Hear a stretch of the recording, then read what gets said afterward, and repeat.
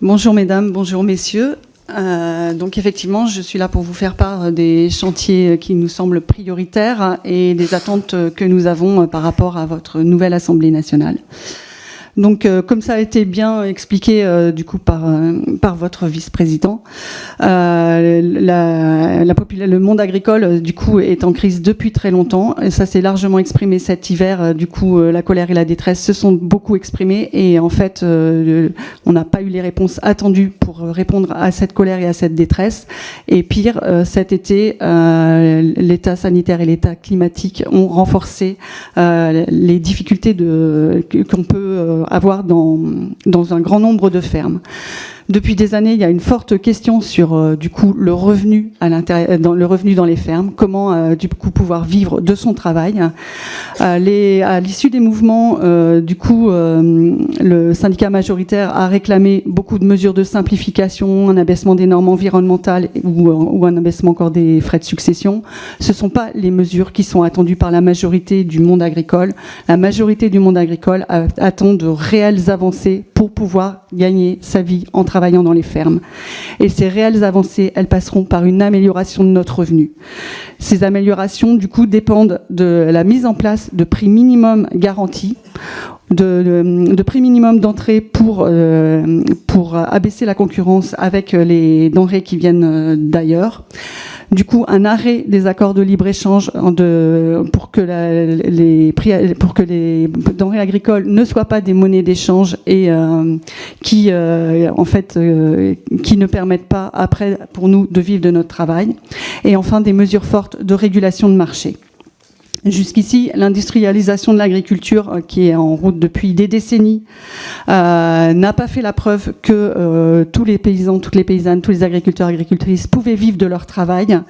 On voit bien la crise qui est liée au revenu aujourd'hui. Le nombre de paysans, de paysannes, d'agriculteurs, d'agricultrices et de fermes qui diminue. Pour nous, il est indispensable de soutenir l'agriculture paysanne dans toutes les mesures, notamment toutes les mesures fiscales auxquelles vous devrez travailler dans le prochain projet de loi de finances. Je vais laisser ma collègue vous parler des crises sanitaires et des crises climatiques qui aggravent du coup la situation qu'on vit pour une bonne partie d'entre nous dans les fermes. Bonjour. Bonjour à vous tous et vous toutes. Merci de nous accueillir. Donc effectivement, on a passé un été catastrophique dans le monde agricole. Et c'est rien de le dire. Et ça continue et ça va continuer un moment. Nous sommes sur une crise sanitaire qui va être sur un temps long et qui menace gravement l'élevage français. Tous les élevages français, tous les ruminants sont concernés par soit la FCO 3, 8 et d'autres variants, FCO 4, des variants de la 8, il faut le dire, mais aussi la MHE. Et c'est tous les territoires. C'est-à-dire que maintenant, quand vous superposez les cartes des épidémies, pour celles que l'on peut avoir, qui sont d'ailleurs toujours pas à jour ou avec un jour de retard, et quand on voit l'évolution de ces maladies vectorielles, évidemment, on voit bien que c'est l'ensemble du territoire qui, à un moment, va être contaminé par plusieurs virus. Ces virus, ils sont aussi le fruit de l'évolution du climat. Ce sont des crises climatiques, ce sont des crises sanitaires, mais liées à l'évolution climatique. Nous avons constaté, en Ariège notamment, qu'à 2000 mètres d'altitude, le fameux colicoïde, qui est donc ce fameux moucheron qui transmet en partie la FCO8, ces maladies vectorielles, était présent en altitude à plus de 2000 mètres. Et ce, très tard en saison. Là, on espère avoir un peu d'accalmie, mais encore, la semaine dernière, c'est les éleveurs d'Isère qui sont catastrophés d'avoir jusqu'à 50% de mortalité dans leur troupeau de brebis. 50% de mortalité sur un troupeau, ça veut dire qu'est-ce que va faire l'éleveur ? Certains m'ont dit, nous, c'est fini, on arrête. On ne peut plus travailler avec une épée de Damoclès sur la tête, comme un virus qui, quelles que soient nos pratiques, quelles que soient nos positions par rapport à la vaccination ou autre, font que cet élément est nouveau et on ne le maîtrise pas. Et qu'on soit le meilleur éleveur du monde, de toute façon, il nous arrive dessus. Et on le voit bien, tous les élevages sont concernés. Et ces éleveurs nous disent, on va peut-être arrêter. Et donc, ils sont en train de discuter, là, en ce moment, de la faisabilité de continuer l'activité. Et c'est là qu'il faut que vous ayez très vite un message très fort et faire la pression sur le gouvernement pour que très vite, on ait une avancée sur la prise en charge de tous les frais liés à ces maladies, évidemment la disponibilité de vaccins, évidemment la prise en charge de ces vaccins, quelle que soit la maladie, quel que soit le territoire, parce que les zonages sont incompréhensibles pour les éleveurs. Celui qui aurait la FCO3 sera accompagné, mais pas celui qui aurait la FCO8. Pour le coup, tout le monde a ses animaux qui crèvent, donc on ne peut pas gérer une crise sanitaire en segmentant comme ça les virus, que d'ailleurs, qui sont très mal connus, et pour lesquels on ne voit même pas comment les administrations pourraient faire le distinguo pour faire des volets d'indemnisation différentiels selon les territoires et selon les virus. Donc il y a un vrai besoin d'une unité sur les mesures prises pour l'ensemble de la crise sanitaire MHE, FCO3, FCO8, FCO4, sur l'ensemble des territoires. Et ce même éleveur qui a perdu 50% de troupeaux me dit, mais si je veux continuer, comment je continue ? J'ai un vrai problème, c'est-à-dire qu'il faut que je renouvelle mon troupeau. Comment je vais le renouveler ? Les béliers sont stériles, pour une grande partie. Il faut réanalyser, retrouver des reproducteurs. Quand bien même j'aurai ce reproducteur, comment je fais ? Je n'ai plus de jeunes, ma suite a été fracturée. C'est d'abord les jeunes brebis qui sont mortes. Donc il n'a plus non plus les reproductrices pour demain faire des agneaux, faire du lait demain. Donc il sait qu'avec une perte de 50% de troupeaux, il a peut-être 3 ans pour remonter son effectif et renouveler et revenir au niveau de production qu'il avait. Donc, ça veut dire qu'il faut un temps long et qu'il ne faudra pas les laisser tomber après toutes les pressions que nous allons organiser dans les jours qui viennent. C'est vraiment la pierre d'achoppement. Là, ça fait l'unanimité des territoires. Je vous dis, ça va chauffer dans les campagnes sur cette question de l'élevage et de la crise sanitaire, parce que là, les éleveurs ont tout perdu. Donc, il faudra aussi leur donner un projet long. Donc, l'accompagnement de la PAC, notamment toutes les mesures, vous le savez bien, c'est lié à la PAC. Le chargement hectare des animaux va effectivement compromettre, pas seulement pour 2025, mais pour 2026-2027, le chargement qu'ils auront aussi, et donc leurs aides qu'ils pourront avoir au niveau de l'accompagnement de la PAC sur l'élevage.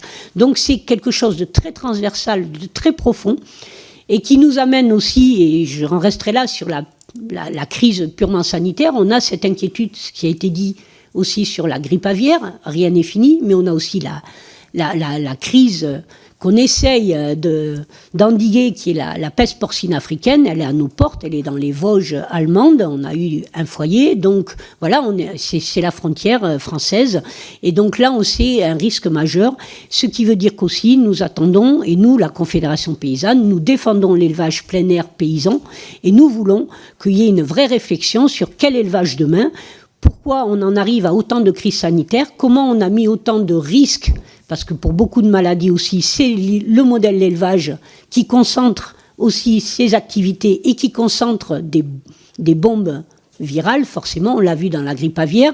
La première solution de la grippe aviaire a été, il faut baisser les densités. Donc densité d'élevage, densité dans l'élevage et sur les territoires. Donc là, il y a une réflexion à avoir sur quel modèle demain. Est-ce qu'on continue d'accompagner, de défiscaliser sur de l'élevage industriel, accompagner des filières industrielles qui, soi-disant, répondent à des marchés, mais pour lesquels on n'aura jamais la compétitivité. Et on le sait, par exemple, en volaille, un poulet sur 2 vient de l'étranger actuellement. Avec les accords du Mercosur, c'est quasiment le quart des importations de blancs de poulet qui viendront du Mercosur. C'est 18 000 tonnes. Donc là, on est vraiment dans une crise où tous les modèles s'effondrent. Effondrés par la crise climatique sanitaire, effondrés par le modèle économique. Et donc, nous reposons la vraie question centrale à la Confédération paysanne, qui est bien comment on accompagne l'agriculture dans la transition écologique, parce qu'on a besoin de cette transition écologique. Si on fait abstraction de l'évolution climatique, on est déjà dans le mur, mais là, on y va encore plus vite. Tout nous revient à la figure, quels que soient les modèles. Et nous aussi, même nos fermes ont leurs difficultés de résilience économique. Donc, effectivement, nous disons qu'il faut un projet fort, une vraie politique de transition agroécologique, qui notamment va protéger les ressources de l'eau. La ressource du sol, c'est pas rien, ce sol qui doit nourrir la population, parce que nous voyons bien qu'on a atteint le maximum de production qu'on pouvait avec le maximum de moyens technologiques, et que c'est fini, les rendements baissent, les céréaliers découvrent ça cette année, et ils n'ont pas fini de le découvrir, et on pourrait parler de toutes les inondations, de toutes ces zones qui ont été menacées de tout semis, puisque même, je suis du Gers, On n'a pas pu semer en hiver, donc on s'est retrouvé à un assolement sur le printemps, et au printemps, on a encore eu des difficultés à semer. Résultat, on est sur certaines productions de protéines à moitié rendement. On ne sait même pas si on va ramasser le soja dans le Gers, parce qu'on a semé trop tard, parce que finalement le temps change, et qu'aussi on est attaqué par la pyrale, par beaucoup d'insectes, par les punaises des bois qu'on n'avait jamais sur ces cultures de soja. Donc effectivement, les cultures céréalières sont aussi impactées par les évolutions climatiques. Donc il faut vraiment renverser complètement la table. Et donc on ne comprend pas. Et là, on vous demande aussi d'intervenir. Comment est-ce que, et on l'a vu pendant la crise, il y avait un sondage qui disait que 80% des agriculteurs sont prêts à faire des efforts pour l'environnement et l'écologie. Voilà, même 85%. Donc, pourquoi est-ce qu'on n'accompagne pas mieux les agriculteurs qui font cet effort? On a la question des MAEC, on a manifesté. Pourquoi est-ce que toutes les aides autour de l'environnement, que ce soit les MAEC, que ce soit la CAB, tout ce qui est accompagnement de l'agriculture biologique, ce sont les dernières aides qui sont versées et elles ne l'ont encore pas été pour 2023. C'est-à-dire qu'on a touché de la CAB au début septembre, ce n'est jamais arrivé. Les MAEC ne sont pas encore intégralement versés à tous les agriculteurs. Comment ceux qui font le plus d'efforts pour la transition écologique sont les plus pénalisés? Voilà des choses très simples que vous pouvez régler, que vous devez régler. Et ensuite, il faut augmenter cette possibilité d'accompagner plus les agriculteurs, puisqu'on voit bien que c'est territorialisé. Il y a des régions qui voudraient aller vers un accompagnement MAEC et qui ne peuvent pas le faire parce qu'ils n'ont pas les budgets. Donc là, il y a vraiment des choix à faire. Et pour autant, si on veut territorialiser l'agriculture et si on veut sauver toutes les zones intermédiaires, parce que je sais très bien que vous entendez souvent les mêmes, c'est-à-dire ceux qui sont au nord de la Loire, ceux qui sont sur des grandes plaines qui avaient des potentiels de production, mais nous qui sommes sur des zones intermédiaires, nous voyons bien que nous prenons de front la question du prix, la question du climat, la question de la ressource en eau, de la sécheresse. Nous sommes dans le plan méditerranéen, c'est pas rien. Je pense à mes collègues des Pyrénées-Orientales qui voient leurs vignes se dessécher et être à 20% de récolte. Là, les premières vendanges sont catastrophiques.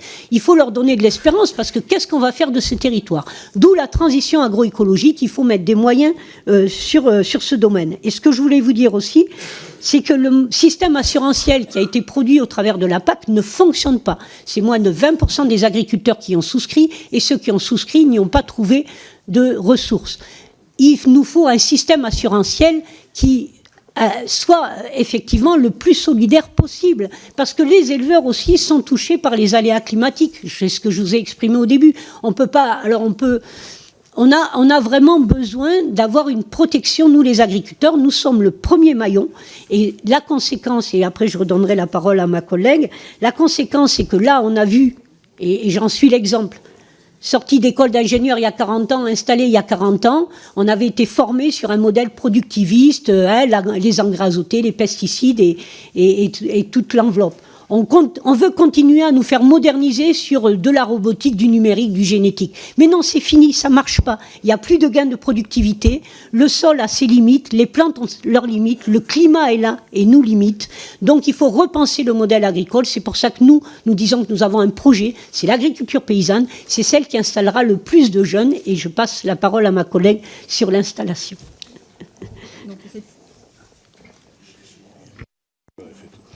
Donc effectivement, je vais revenir sur l'installation et notamment en répondant à vos questions sur Monsieur le Vice-président sur la LOA. Donc du coup, la LOA à l'origine, pour nous, c'était plutôt un projet emballant puisque ça devait travailler sur le renouvellement des générations en agriculture et la transition agroécologique. Après les moultes péripéties du processus de ce projet de loi, à l'arrivée, on a du coup une loi qui est plutôt éloignée de ses objectifs initiaux. Et sa dernière version, pour nous, elle comporte de nombreuses mesures qui profitent plutôt aux tenants de l'agro-industrie. Je parle un peu trop dans... Non. Qui profite plutôt aux tenants de l'agro-industrie qu'à un soutien à l'agriculture paysanne qui, pour nous, est le mode d'agriculture qui répond à tous les enjeux contemporains. Donc, enjeu d'une alimentation, une alimentation de qualité pour la santé des consommateurs, un enjeu de vie dans les territoires et un enjeu de préservation des ressources, de l'environnement et du climat. Donc la dernière version, celle qui est au travail en ce moment, nous vous demandons de la revoir. Pour nous, elle induit une concurrence qui peut être néfaste entre la souveraineté alimentaire et la production d'énergie en milieu rural. Nous, on rappelle que pour nous, la souveraineté alimentaire, on y fait référence via la définition qui a été donnée il y a déjà très longtemps par la Via Campesina et qui est reconnue par l'Organisation des Nations Unies. Et cette définition, elle dit que la souveraineté alimentaire, c'est le droit des populations et des États à définir leur politique agricole et alimentaire sans dumping vis-à-vis des pays tiers. Et ça, on y tient vraiment. En fait, il faut que chez nous, on organise notre alimentation et notre agriculture sans que ça fasse une concurrence déloyale ailleurs et vice-versa. Donc vraiment, pour nous, cette définition est aussi un socle qui doit définir la nécessité de préserver la souveraineté alimentaire chez nous. Pourquoi on considère que la souveraineté agricole et la souveraineté énergétique dont il a été fait mention dans le dernier projet de loi sont délétères pour la souveraineté alimentaire? C'est que du coup, que ce soit la méthanisation ou l'agrivoltaïsme, ça capte des grandes surfaces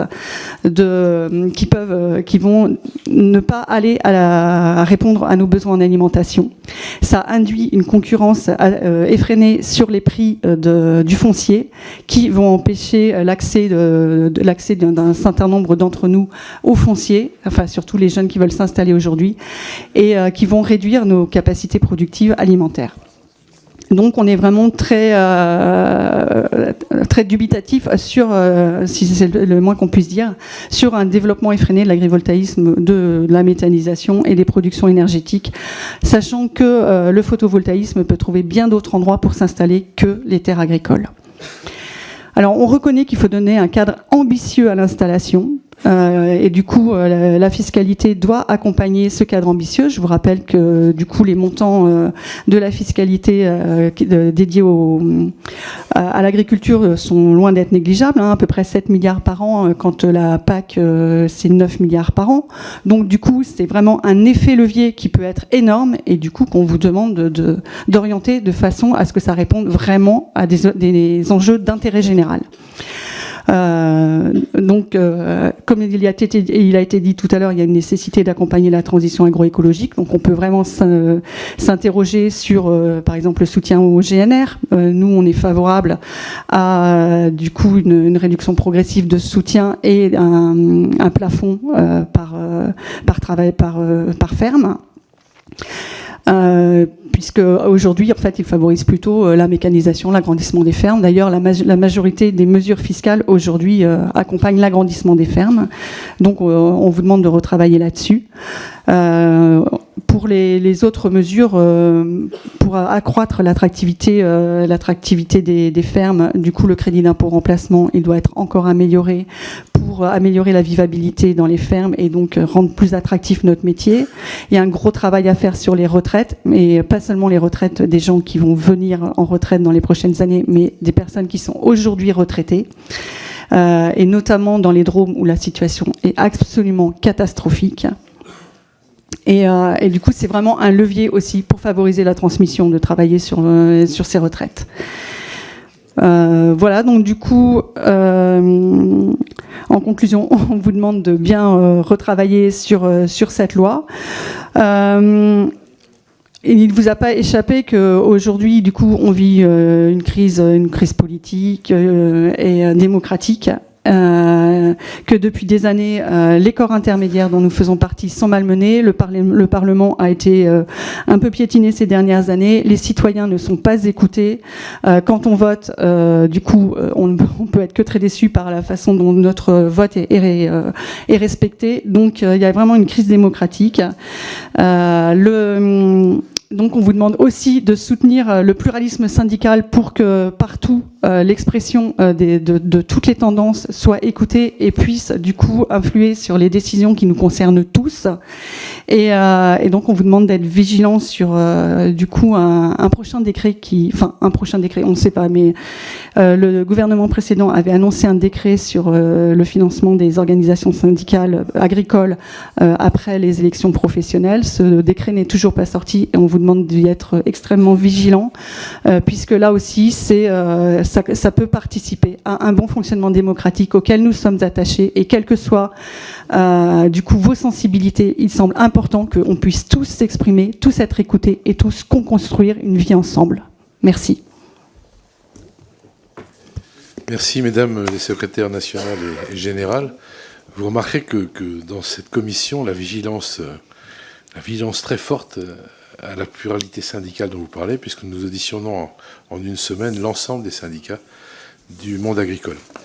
On va commencer par les orateurs de groupe. Donc pour le Rassemblement national, donc 4 minutes, réponse comprise. Lionel Tivoli. Lionel Tivoli est absent, je prends le relais. Pas de problème, chers collègues. Madame la secrétaire générale, Madame la secrétaire nationale, nos agriculteurs souffrent. De belles promesses, en beaux discours, de nouvelles lois, en nouvelles réglementations. Les années passent et la situation ne cesse de se dégrader. Oui, nos agriculteurs souffrent et nos gouvernants regardent ailleurs. Que s'est-il concrètement passé depuis le mouvement légitime de colère des agriculteurs il y a quelques mois? Rien. Le sujet sur lequel je souhaite attirer votre attention fait rarement la une de nos médias et pourtant il est d'une importance capitale pour le monde agricole. Je veux ici évoquer la problématique de la tarification agricole de l'eau, ou plutôt de l'absence d'une telle tarification dans de nombreux territoires de France. Je souhaite évoquer l'exemple du département des Alpes-Maritimes de mon collègue Lionel Tivoli, qui est exposé régulièrement au phénomène de sécheresse. L'irrigation des cultures se fait au moyen d'eau potable, à défaut de réseaux d'eau spécifiques pour le secteur agricole. La conséquence directe pour les cultivateurs est un coût des factures d'eau bien souvent insoutenables, pouvant s'élever à plusieurs milliers d'euros, même pour de petites exploitations. Si l'on ajoute à cela la variation du tarif selon la zone géographique du département, c'est la pérennité de nombreux domaines agricoles qui est en jeu. À titre d'exemple, les agriculteurs dépendants du syndicat mixte des Trois-Vallées, situé sur cette circonscription des Alpes-Maritimes, payent leur eau à un tarif 7 fois plus élevé que celui des communes avoisinantes. Il y a urgence à réformer un système qui risque de conduire des dépôts de bilan en masse dans les prochains mois si rien n'est fait. Par ailleurs, reconnaître un droit à l'eau, comme le souhaite la Confédération, est une chose. Affirmer que celle-ci doit primer sur le droit d'accès à l'eau pour l'irrigation des cultures en est une autre, qui, si elle est inscrite dans la loi, n'aurait pas d'autre conséquence que d'aggraver davantage une situation déjà dramatique sur le terrain. Alors, Madame la secrétaire générale, Madame la secrétaire nationale, je souhaiterais connaître votre avis sur cette question ô combien fondamentale de la tarification agricole de l'eau et sur les moyens qui, selon vous, pourraient être mis en place afin de faciliter l'irrigation des cultures. Je vous remercie. Merci, chers collègues. Mesdames, vous avez 2 minutes pour répondre. Alors, concernant l'eau, c'est un sujet auquel nous sommes particulièrement attachés à la Confédération paysanne. Il nous semble qu'il faut d'abord définir des priorités en matière d'usage de l'eau dans les territoires, donc qui doivent comprendre toutes les priorités, l'alimentation à l'eau potable et notamment l'irrigation aussi, la préservation des milieux. Enfin, il faut d'abord définir des priorités. Après, quand on a défini la part pour l'agriculture, à l'intérieur de l'agriculture, il faut encore redéfinir d'autres priorités, c'est-à-dire quelles sont les cultures qui ont besoin d'être irriguées pour répondre à nos besoins les plus urgents. Donc pour nous, les besoins les plus urgents, c'est l'alimentation. Donc il faut d'abord définir du coup quelle culture on va irriguer. Donc pour nous, les fruits et légumes et le maintien aussi du fond pour que en cas de sécheresse, les cultures pérennes puissent repartir l'année d'après. On a quelques idées sur la priorisation, mais ça nous paraît vraiment important de définir quels sont les usages prioritaires et après quelles sont les cultures prioritaires dans ce qu'on va garder pour l'agriculture. Et après, effectivement, il faut qu'on discute pour savoir comment c'est supportable par les agriculteurs qui irriguent. Donc, est-ce que c'est par une augmentation des prix pour que les prix puissent couvrir ces frais-là, ou est-ce que du coup, on se dit que c'est la collectivité qui décide ensemble de le prendre en charge? C'est des discussions qu'on doit avoir de façon démocratique. Oui, je voulais rajouter que dans le prix de l'eau, et vous avez parlé de l'eau potable, il y a aussi la dépollution de l'eau. L'agriculture a un rôle majeur sur ce que coûte l'eau potable qui est facturé aux citoyens par la pollution et donc la dépollution. Donc là aussi, quand on parle de transition agroécologique, on a aussi un travail à faire sur la question de l'usage des pesticides que l'on va retrouver effectivement. Certes, on parle de volume, mais on parle aussi de qualité, parce que la qualité dans la facture d'eau, la dépollution, c'est quelque chose de considérable. Et là aussi, dans les usages, il faut effectivement privilégier les productions qui utiliseront le moins de pesticides pour que, effectivement, les zones de captage ne soient pas polluées, notamment. Merci. Je vous demande de respecter, si vous voulez que répondre plus longtemps, vous faites des questions plus courtes ou l'inverse. Mais il y a 4 minutes pour les deux, pour les 3 ou pour les 4. Pour le Ensemble pour la République, Nicole Lepay. Merci, Monsieur le Président, Mesdames. J'ai bien entendu votre message sur la crise actuelle sanitaire, parce que moi-même, agricultrice. Moi, je voulais intervenir sur la filière bio. En effet, les signes annonçant une situation de crise sont apparus dès 2021 et se sont confirmés en 2022-2023. D'une part, avec un ralentissement du marché bio, qui a diminué de 5% en 2022, l'inflation comprise, qui représente environ 600 millions d'euros, et le nombre de points de vente bio a reculé dans les mêmes proportions en 2022. D'autre part, avec un ralentissement des conversions en agriculture bio, en 2022, 5300 nouveaux agriculteurs se sont lancés dans l'agriculture biologique. En comparaison, en 2021, il y en avait plus de 7000. Alors, l'une des principales raisons de cette crise réside dans un décalage entre l'offre et la demande, donc dans un manque de débouchés. Dans un contexte de forte inflation, on peut comprendre que les consommateurs se soient, dans une certaine mesure, détournés de l'offre bio afin de préserver leur pouvoir d'achat. Mais en revanche, on note que la restauration hors domicile, qui regroupe la restauration collective et la restauration classique, ne représente que 8% des débouchés de la filière. Un pourcentage largement inférieur à ce qui est observé chez nos voisins européens. Si je parle de l'Italie à 15%, la Suède à 18% et les Pays-Bas à 20%. Alors, quels sont, à votre avis, les leviers mobilisables pour favoriser la consommation de bio dans la restauration hors domicile et plus particulièrement dans la restauration collective où le bio ne représente que 7% des achats alors que les lois Egalim et Climat et Résilience ont fixé un objectif de 20% dans ce secteur? Je vous remercie. Merci, chers collègues, mesdames.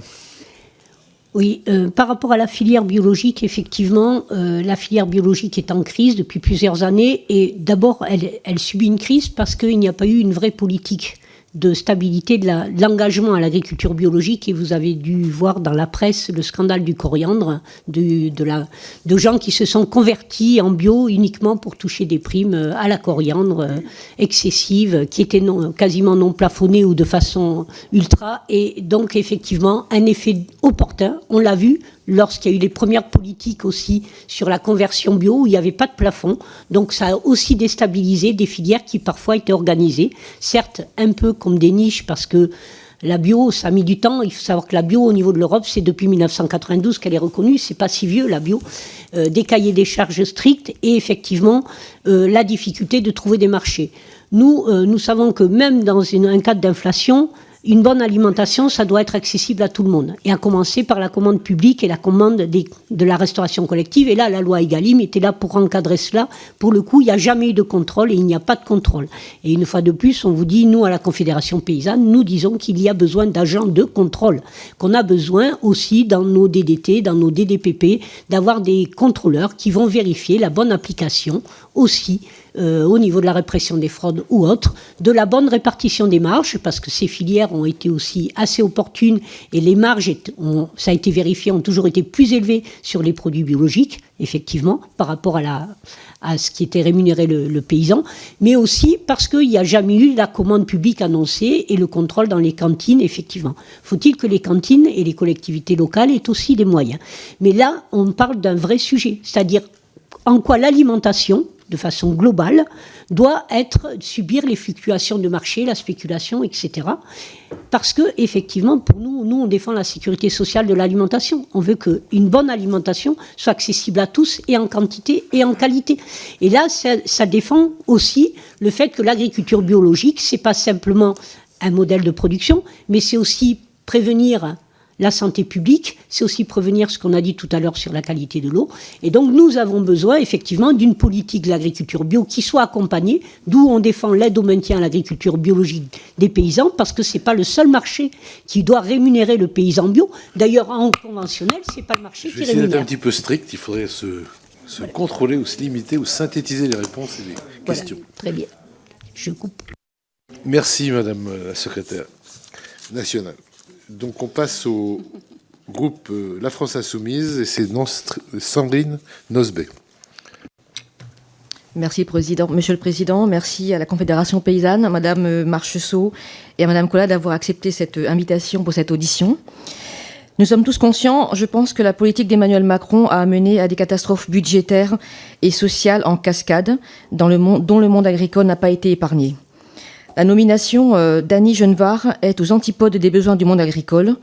Nous attendons à la défense d'un modèle productiviste de l'agriculture, là où nous défendons une agriculture paysanne, la souveraineté alimentaire et la transition écologique.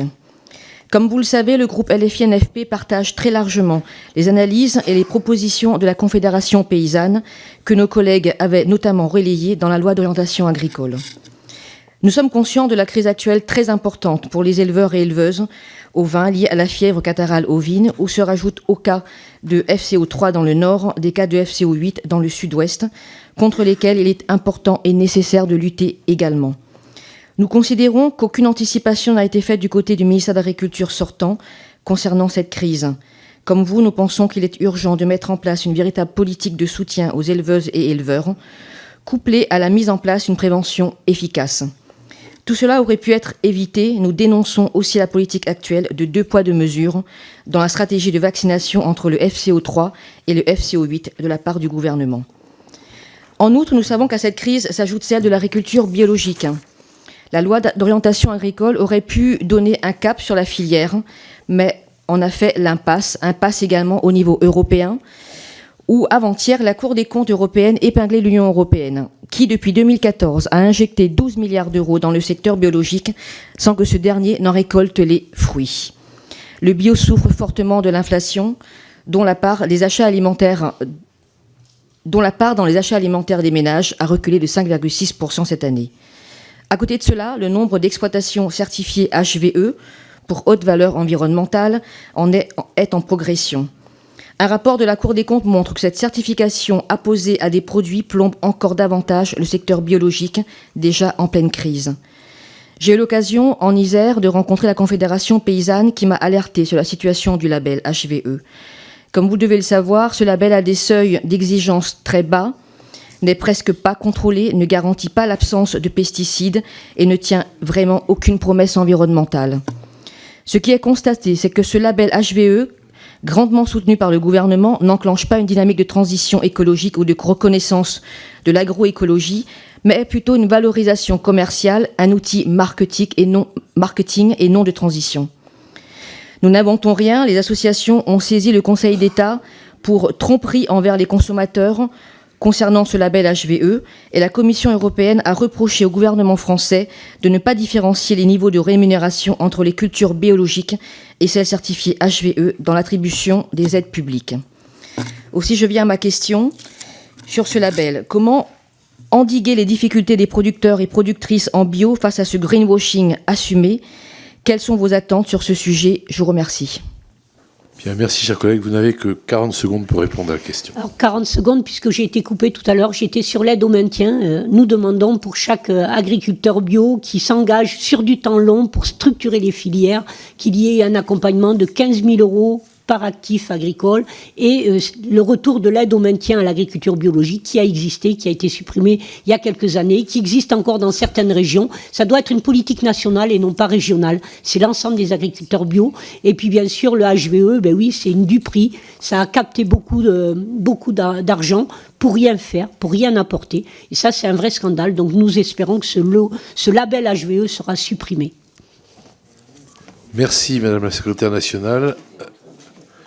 Donc nous allons passer aux orateurs de groupe, au groupe socialiste, Marie-Noëlle Battistel. Merci beaucoup, Monsieur le Président, Madame la Secrétaire générale, Madame la Secrétaire nationale.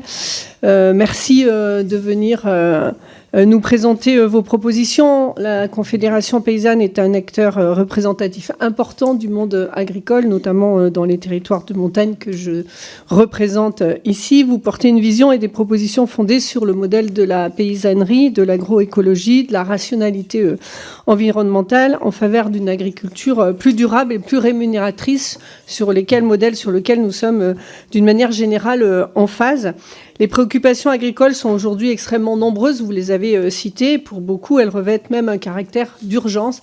Vous avez par exemple cité la situation de l'Isère, et je vous en remercie, puisque nous vivons en Isère une situation particulièrement difficile. Je dirais même une situation sans précédent. Je disais hier aux autres syndicats que la 14e édition de la descente des alpages, qui était prévue mi-octobre à Grenoble, qui est un événement extrêmement important sur le territoire en matière de lien avec les publics et les éleveurs, a dû être annulée en raison de la FCO, et le taux de mortalité dans mon département avoisine 35% de moyenne, et vous avez dit dans un certain nombre d'exploitations 50%. Un sujet qu'on évoque assez peu, c'est que dans ces territoires de montagne, souvent l'agriculture est conduite par des éleveurs qui sont pluriactifs et qui ont pour deuxième activité un travail saisonnier dans une station de ski, qui aujourd'hui connaissent aussi des fragilités sur leur pérennité, et donc c'est une, entre guillemets, double peine, puisque un certain nombre d'entre eux me disent que s'ils n'ont pas leur travail de l'hiver, leur exploitation ne peut pas vivre toute l'année. Donc on a un vrai modèle aussi à reconstruire en ce sens. Sur les mesures d'urgence, pour venir sur le sujet qui nous occupe, est-ce que vous considérez actuellement que les réponses de l'État sont suffisamment adaptées, notamment en matière de propositions sur la loi LOA qui est en cours d'examen? Est-ce que, si vous étiez parlementaire et que vous aviez à amender, quels sont les points prioritaires que vous souhaiteriez ajouter sur cette loi, puisque, notamment sur le sujet de la transmission ou le sujet du foncier agricole, qui n'est pas dans la loi, alors que la régulation et l'installation doivent être évidemment prioritaires.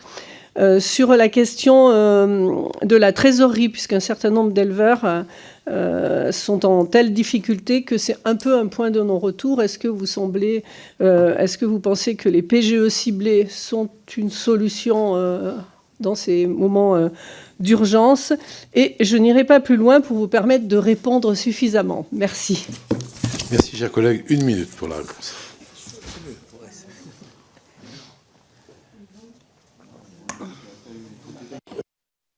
Il faut décompter. Oui, alors... Je rappuie donc. Oui, comme je l'ai dit tout à l'heure, la LOA pour le moment ne poursuit pas ses objectifs initiaux, et effectivement, si on veut installer massivement des agriculteurs, des agricultrices, il faut absolument travailler sur le revenu et sur le foncier. Du coup, dans l'édition précédente, on avait apporté des amendements pour que, du coup, ces deux thématiques prioritaires intègrent la LOA, puisque, en fait, on peut parler de l'accompagnement et tout ça. Si, après, les gens ne vivent pas sur leur ferme ou s'ils ne peuvent pas accéder à du foncier pour pouvoir s'installer, tout ça reste des vœux pieux. Donc, la base de l'installation en agriculture, c'est de pouvoir avoir un outil de travail, donc du foncier, et pouvoir vivre de son travail. Et donc, c'est vraiment important que la LOA prenne en compte ces deux thématiques qui sont prioritaires pour avoir des agriculteurs et des agricultrices. Alors l'élevage, c'est effectivement du coup un domaine à appuyer et à soutenir massivement. Il est menacé de toutes parts, du coup des prix assez catastrophiques depuis des années, qui ne couvrent pas les coûts de production. Du coup, là, on a parlé très récemment du sanitaire, la FCO, la MHE, pour les ruminants, la grippe aviaire. Donc, le sanitaire est complètement, du coup, une menace aussi. Vous parlez de la nécessité de soutenir les agriculteurs pluriactifs. Je finis juste ma phrase. De soutenir les agriculteurs pluriactifs. Nous, on demande vraiment leur reconnaissance pleine et entière, notamment les cotisants solidaires, qui sont du coup des acteurs majoritaires de notre système agricole. Et il y a aussi besoin qu'ils soient soutenus par le RSA. Et actuellement, c'est menacé dans certains endroits quand ils sont vraiment confrontés à des difficultés énormes. Alors hier, c'était parfait, mais là, essayez de vous tenir à ces 4 minutes, je vous le demande à tous. Et on va commencer par premier exemple de droiture, par la droite républicaine. Pardon, oui. C'est donc M. Jean-Pierre Vigier. Merci, Monsieur le Président, Madame la Secrétaire Générale et Madame la Secrétaire Nationale. Vous le savez, vous en avez parlé, nos éleveurs sont confrontés à une situation préoccupante en raison des conséquences de la FCO et de la MHE. Cette crise frappe durement les éleveurs de mon département et dans de nombreux autres départements avec des effets dramatiques, non seulement sur leur morale, et il faut le préciser, mais aussi sur les pertes massives de cheptel, entraînant des répercussions économiques majeures. Il faut prendre des mesures urgentes et des mesures fortes. Premièrement, la problématique de l'accès aux vaccins. Sur le terrain, les retours des éleveurs sont alarmants, notamment en raison d'un accès tardif aux vaccins. Et hier, devant cette commission, le président des jeunes agriculteurs, Pierrick Aurel, a précisé qu'un rapport de détection de la maladie a insisté sur la nécessité de développer une stratégie de diagnostic anticipé, avec une meilleure identification des maladies auxquelles nous pourrions être confrontés et une réponse plus rapide à leur expansion sur le territoire. Il a également évoqué l'importance de disposer d'une production de vaccins en France pour éviter de dépendre des priorités nationales d'autres pays. Alors ma première question est la suivante. Partagez-vous cette analyse? Quelles sont vos recommandations pour mettre en place une stratégie vaccinale plus efficace lors de ces crises afin de mieux soutenir nos éleveurs? Et deuxièmement, la nécessité d'aides exceptionnelles. Il est urgent d'apporter des aides exceptionnelles pour compenser les pertes économiques liées à la baisse de production et aux pertes de cheptel. Quelles sont, selon vous, les aides les plus adaptées pour permettre à nos éleveurs de surmonter cette crise? Comment soutenir au mieux les frais engendrés par cette situation sanitaire sans précédent? Je vous remercie. Merci, chers collègues. Vous avez 2 minutes pour répondre à ces questions sur la vaccination. On voit la droiture. 2 minutes, tu vois. Ils ont déjà perdu 10 secondes. 2 minutes 10, Jean-Pierre. Oui, merci pour cette question. Effectivement, il y a 2 choses. On est d'accord, effectivement, il y a un problème de recherche publique sur l'anticipation des maladies vectorielles, mais globalement des maladies sanitaires en élevage. Il est évident que là, on n'a pas la capacité, on n'a pas la recherche qu'il faut. Et il faut redévelopper la recherche publique en agriculture de façon globale et se donner des moyens. Il nous a manqué beaucoup de moyens sur la prévention parce que, effectivement, le monde de l'élevage souffre. Il y a de moins en moins d'éleveurs et donc, automatiquement, tout l'accompagnement de l'élevage, de la DGAL au DDPP jusqu'au GDS sur nos territoires, et nos vétérinaires, puisqu'on a aussi des déserts vétérinaires maintenant dans le monde agricole. L'agriculteur est isolé, l'agriculteur est seul et il n'a plus d'informations. Et nous avons fait remonter, nous aussi, beaucoup d'éleveurs qui nous ont dit, mais en fait, même le GDS nous a envoyé aucun message pour nous dire que la FCO8 était un variant de la FCO8 et qu'elle était beaucoup plus nuisible à nos élevages et avait beaucoup plus de conséquences. Donc effectivement, il faut réellement repenser toute la politique sanitaire nationale et se donner des vrais moyens si on veut sauver l'élevage sur le terrain, mais aussi au niveau national et aussi au niveau de l'ensemble de la recherche. On nous a dit 1,2 million au niveau de la recherche sur le fameux colicoïde. Voilà, mais c'est pas maintenant. Il faut penser la suite. Donc ça demande un travail de fond. Il faut donner les moyens à l'ANSES, à l'INRAE, à nos offices de biodiversité qui ont besoin aussi, qui eux sont sur le terrain et analysent des choses. Ensuite, sur l'accompagnement immédiat, oui, on participe au travers du FMSE. On a eu un certain nombre de décisions, que ce soit en commission, section ruminant ou que ce soit au niveau du conseil d'administration du fonds FMSE, d'activer très vite le renouvellement de cet accompagnement, mais ça ne suffit pas. Il faut vraiment que l'État abonde et donne les moyens. On sait bien que ces fonds ne font qu'une partie, c'est les fonds de la profession, mais à un moment, il va falloir se poser la question de l'aval. C'est-à-dire les outils d'aval font des profits sur l'agriculture quand même, quel que soit le produit. Et là, actuellement, sur ces crises, c'est l'éleveur qui trinque. On sait que ça va déstructurer des abattoirs, des filières, mais actuellement, il faut penser aussi qui va payer. Il faut solliciter les filières aussi. Merci, Madame la Secrétaire nationale. Pour le groupe écolo et social, Benoît Biteau.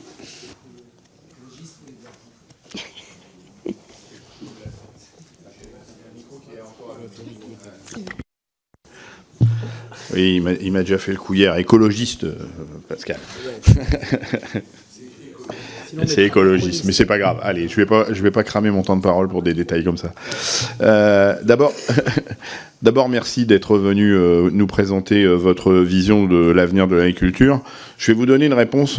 Vous pouvez compter sur le groupe des écologistes et sociales pour être vigilants sur le financement des syndicats agricoles. Nous sommes très attachés à la pluralité syndicale et il est hors de question que par le truchement du financement, on mette en péril la diversité et la pluralité syndicale dans nos représentations agricoles. Donc on sera extrêmement vigilants sur cette question-là. Vous avez évoqué deux thèmes, des thèmes conjoncturels, d'actualité.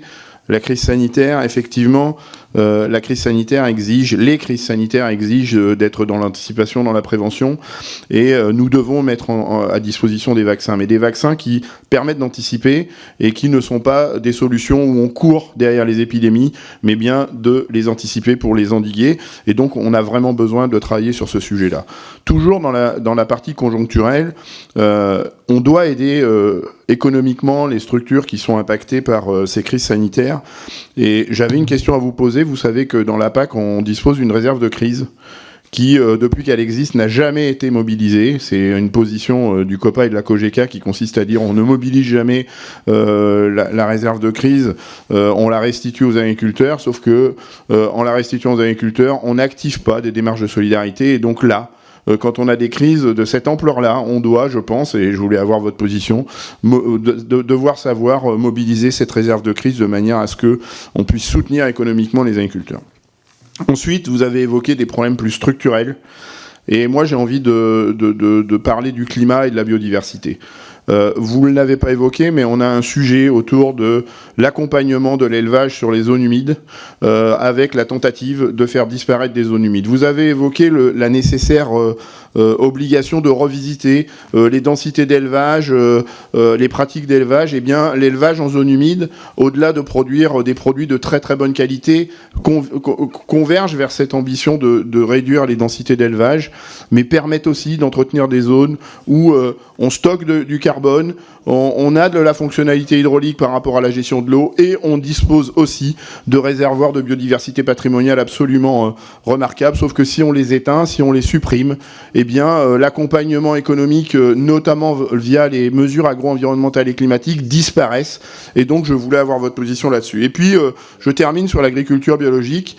Effectivement, dans cette crise structurelle, il y a des agricultures qui s'attaquent frontalement à la disparition, à l'effondrement de la biodiversité, qui s'attaquent frontalement au dérèglement climatique. Malheureusement, aujourd'hui, dans les orientations des politiques publiques déployées, c'est pas cette agriculture-là qui est soutenue, et donc nous devons revisiter l'accompagnement de l'agriculture biologique, sortir de cette logique où on développerait l'agriculture biologique uniquement par le prisme de l'économie de marché, des lois de l'offre et de la demande, sans intégrer que c'est cette agriculture-là qui s'attaque frontalement au dérèglement climatique et à l'effondrement de la biodiversité. Donc, votre position sur ce qu'on appelle les paiements pour services écosystémiques, les paiements pour services rendus à l'intérêt commun, dont l'agriculture pourrait bénéficier. Je m'arrête là, ça fait 40 secondes de réponse aux orateurs.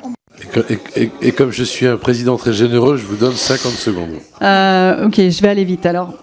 Du coup, réserve de crise, effectivement, ça peut tout à fait être un levier pour activer pour répondre à cette crise qu'on connaît aujourd'hui. Pour nous, la priorité des priorités, c'est de maintenir les fermes, les agriculteurs et les agricultrices. Et du coup, on doit y mettre tous les moyens. C'est la seule façon que notre agriculture et notre alimentation répondent à tous les enjeux auxquels on est confronté et que j'ai déjà décrits dans mes prises de parole précédentes. Élevage et zones humides, évidemment, pour nous, l'élevage doit être en relation avec le sol qui le supporte. Quel que soit le type d'élevage, il doit y avoir un lien au sol. C'est le seul moyen d'avoir un élevage qui réponde aux enjeux environnementaux.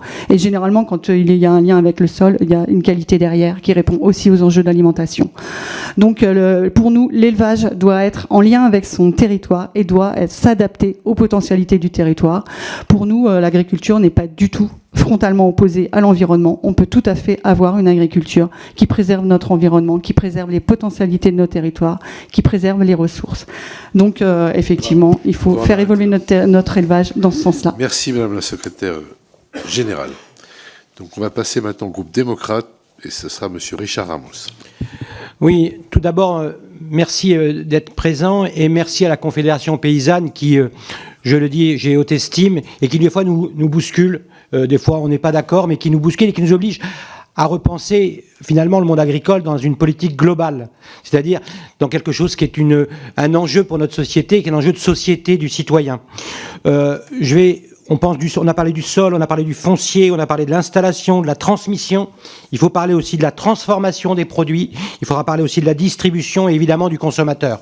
Je vais pas développer ça. Je dis simplement, on a besoin de vous dans les instances représentatives agricoles. Et je le dis ici, on se bagarre pour savoir qui représente le peuple français. Certains disent qu'il y a 11 millions qui ne sont pas représentés, d'autres disent on a gagné, etc. Ça veut dire qu'ici, on va voter tous pour que vous soyez dans les instances agricoles. Parce que tous, on a ici besoin d'avoir de la pluralité. Et donc, je pense qu'on sera unanimement à signer une tribune pour dire que la Confédération paysanne doit être représentée dans les instances agricoles, puisqu'on est tous ici pour être représentés dans les Français qui nous ont élus. Une question simplement, vous savez que j'ai souvent dit que après-guerre, on travaillait de la fourche à la fourchette, on produisait un peu des fois n'importe comment, mais le paysan, il avait répondu à ce qu'on lui avait demandé, produire pas cher. Je dis maintenant qu'il faut aller de la fourchette à la fourche et je voudrais vous entendre nous parler du consommateur. Vous savez que me tient à cœur la sécurité sociale de l'alimentation. C'est comment vous pouvez-vous faire en sorte que le consommateur soit celui qui finalement devienne un consommateur et que sa carte bleue, mais des fois elle est vide, puisse permettre des transitions écologiques et biologiques avec des produits qui sont de temps en temps pas accessibles. Je voudrais que vous nous parliez un peu du consommateur dans vos schémas de pensée. Merci. Merci, chers collègues. Mesdames. Alors effectivement, pour nous, on inscrit notre projet d'agriculture paysanne dans un projet global de société où on vise plus de bien-être et plus de justice pour tout le monde. Donc moi, ça me gêne un peu de parler de consommateurs. Je parlerai de citoyens. Du coup, en fait, on doit tous être considérés pas simplement en ayant du pouvoir par l'intermédiaire de notre porte-monnaie, mais effectivement par l'intermédiaire de ce qu'on veut comme société, quoi. Et donc, effectivement, là, c'est une question de justice sociale. Comment est-ce que tout le monde peut avoir accès à une alimentation de qualité qui réponde à ses besoins pour la santé, pour sa nutrition, pour élever ses enfants correctement, et aussi, du coup, pour vivre dans un environnement préservé qui va permettre d'assurer la pérennité de l'humanité. Donc, je pense qu'on doit prendre en compte effectivement les intérêts de toutes les personnes qui nous entourent pour qu'ils aient accès à une alimentation. Nous, comme vous l'a déjà dit, on travaille beaucoup sur la sécurité sociale de l'alimentation de façon à ce que tout le monde puisse avoir accès à une alimentation sans discrimination et puisque aujourd'hui les personnes qui n'ont pas accès à une alimentation correcte doivent passer par l'aide alimentaire et l'aide alimentaire, du coup, c'est discriminant. On est ostracisé parce que on n'a pas les moyens de pouvoir se payer de l'alimentation. Donc nous, on estime que l'alimentation, c'est du coup en fait une base de notre vie et que notre société doit s'arranger pour que tout le monde, tous les membres de cette société puissent avoir accès puissent répondre à ses besoins élémentaires et de façon tout à fait correcte. Donc voilà, notre travail, c'est vraiment de travailler avec les consommateurs, disons plutôt les citoyens, pour faire avancer ce projet qui est un véritable projet de société qui lie du coup la réponse à nos besoins vitaux de façon à ce que tout le monde soit en fait considéré dans son alimentation et puisse avoir accès à ses besoins. Merci, c'est parfait. Pour le groupe Horizon, Monsieur Thierry Benoît. Merci.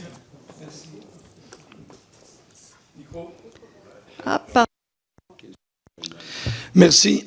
Merci, Monsieur le Président. La Confédération paysanne, Mesdames les secrétaires générales, est le tenant ou le chantre de l'agriculture dite paysanne. Circuits courts, locaux, associations pour le maintien d'une agriculture paysanne, marché. Et c'est un message ou une vision politique auquel, comme un certain nombre de collègues, je reste sensible. Dans vos propos introductifs, vous avez évoqué le fait de baisser la densité dans certains élevages. Et je voudrais aborder une filière, la filière volaille. Elle est assez emblématique de ce qu'on vit actuellement en France en termes de souveraineté alimentaire. Un poulet sur deux, aujourd'hui, est importé. Premier pays d'importation, la Pologne, 253 000 tonnes d'équivalent carcasse. Ensuite, c'est la Belgique, l'Ukraine, le Brésil, la Thaïlande. Sans oublier qu'un certain nombre de pays membres de l'Union européenne importent des poulets qui viennent d'autres régions du monde et ils sont labellisés Union européenne. Donc, comment on concilie votre vision à vous de l'agriculture, le modèle agricole que vous soutenez, agriculture paysanne, circuit court, alors que dans le même temps, ce sont bien les filières longues, la filière agricole de production, avec des outils de transformation qui permettraient à la France d'avoir des poulets de qualité, parce qu'au moins l'agriculture française, même l'élevage hors sol, est certainement de moins mauvaise qualité que l'agriculture importée. Donc je voudrais vous entendre sur cette question. Et enfin, vous entendre sur votre vision de la politique agricole commune. Là, on va arriver dans un temps où on va devoir évaluer à mi-parcours la politique agricole commune pour réorienter dans les années qui viennent le nouveau projet agricole commun. Et donc, quelle est, votre vision en termes d'aide européenne sur l'agriculture française? Merci. Merci, chers collègues. Donc, vous avez 2 minutes. Donc, déjà, vous dire que l'agriculture paysanne, ce ne sont pas que des circuits courts. Beaucoup de nos collègues et moi-même, je vends des céréales à une structure coopérative qui elle-même approvisionne des outils de transformation céréalière. Voilà, je tiens quand même à le dire, on n'est pas que des petits paysans qui allons sur les marchés régaler le quartier. C'est important. On a vocation effectivement à nourrir et à avoir cette souveraineté alimentaire dont on a parlé tout à l'heure. Si on remet le lien production sanitaire, on voit bien l'incohérence. Dans la même session Chambre d'agriculture du Gers, après les crises agricoles qu'on a eues sur la volaille, avec parfois 1 milliard par an d'indemnisation sur la filière volaille, on avait l'interprofession volaille qui nous disait « il nous faut faire du poulet du quotidien, on est trop en gamme, il faut arrêter l'élevage plein air, il faut refaire des grands bâtiments, il nous manque 1 bâtiment par jour, il faut 400 bâtiments industriels de poulet pour satisfaire le marché dont vous avez parlé et essayer d'être compétitif face à l'Ukraine, mais on ne le sera pas. On le sait, ça. Et en face, on vous dit, les services vétérinaires, il faut baisser la densité d'élevage dans les élevages, dans les bâtiments et sur les territoires et relocaliser la production pour éviter les risques majeurs qui font que quand vous avez, comme actuellement, un foyer en Bretagne, vous avez un centre d'expédition d'œufs qui est bloqué avec 1 200 000 œufs par jour pour 350 poulets plein air qui sont foyés. Voilà les risques que l'on prend quand on développe une industrie de l'agriculture, et ça c'est quelque chose qu'il faut considérer sur ce que ça coûte. L'agriculture industrielle telle qu'elle a été développée pour répondre à un marché compétitif international ne fonctionne pas et ne fonctionnera pas en France. Nous n'avons pas les codes, nous avons heureusement d'autres lois sociales pour bien rémunérer nos personnels, nous avons d'autres lois environnementales pour éviter la pollution, les antibiotiques dans les viandes. Donc nous devons continuer à développer une agriculture de production localisée qui soit dans cet équilibre. Et donc, ça ne veut pas dire que le petit producteur qui vend ses 3 poulets au marché, mais qui aussi fournit un marché, bien sûr. Mais il faut garder cette qualité. Nous ne serons pas compétitifs autrement. Et donc, la PAC doit être réorientée sur l'actif. Merci beaucoup, Madame la Secrétaire nationale. On n'est pas en manifestation, là, on est en écoute d'audition et de fond. Voilà. Non, mais j'essaie de... Non, je demande le temps, c'est tout. Bah, excusez-moi si vous... J'ai une petite plaisanterie pour dire qu'on respecte le temps. Très bien. Excusez-moi dans ces cas-là.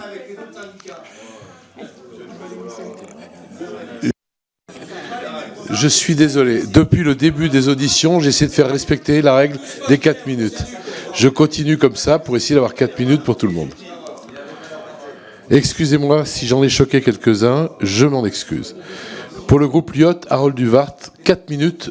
Je rappelle encore une fois, c'est questions et réponses comprises. Si vous laissez le temps aux gens que nous invitons de pouvoir s'exprimer.